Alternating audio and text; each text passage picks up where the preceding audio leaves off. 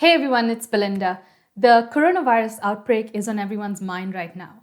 This video is in no way trying to make light of the situation, but instead of focusing on the virus, I'm going to be focusing on the construction methods of the hospitals that they're building in China that will admit these patients. There's a really good Wall Street Journal article that I found that outlines how these hospitals are being built.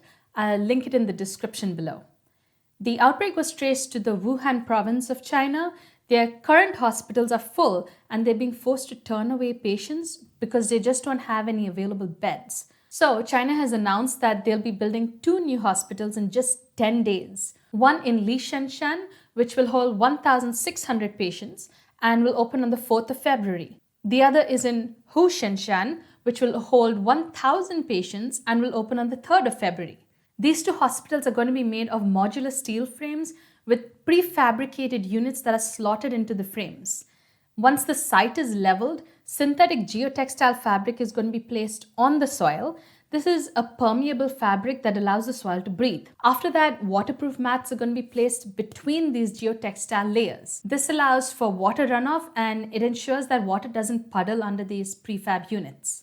On top of that, reinforced concrete is going to be poured into a formwork that creates a single monolithic surface. All the prefab units sit on metal tubes that keep it off the ground. Finally, there are these interlocking insulated panels that connect to make these containers, which are actually the patient rooms. Here you can see one of the sites being leveled off on the 24th of January. Just 3 days later, concrete foundations were poured over the waterproof mats. On the top left corner, you can see the modular patient units ready to be slotted into the frame. The very next day, the modular metal frames were installed. By January 30th, most of the patient units were already slotted in. A new video was released over the weekend showing the interior of one of these patient pods. It looks like the electrical and the ductwork is complete and they just have to complete some final finishing touches. I think this is an incredible accomplishment. I mean, even though it's a temporary hospital, the fact that they constructed it in 10 days is just remarkable.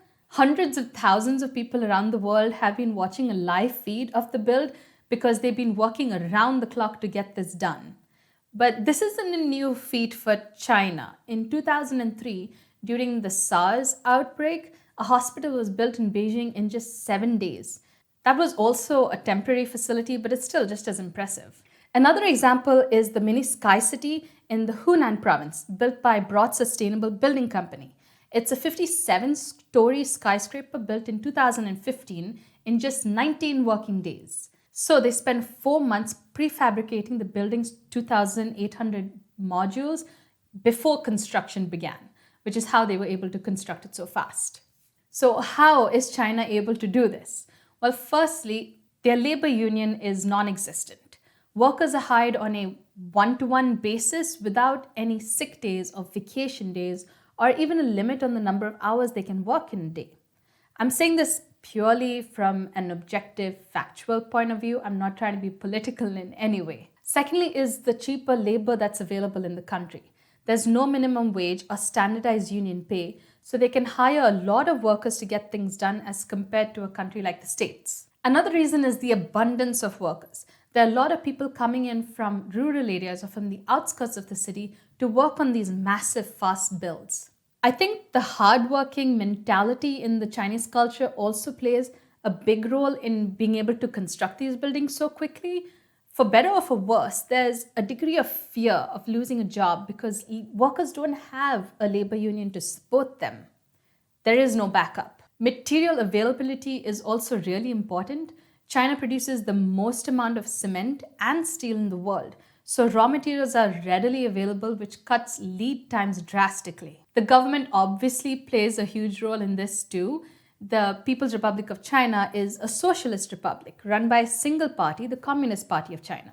If something needs to be done, the government will get it done. Like these hospitals, for example. It seems like there's not much back and forth, prolonged discussions, red tape to go through, etc. So what are the drawbacks of this kind of building? Well, for one, it's really wasteful.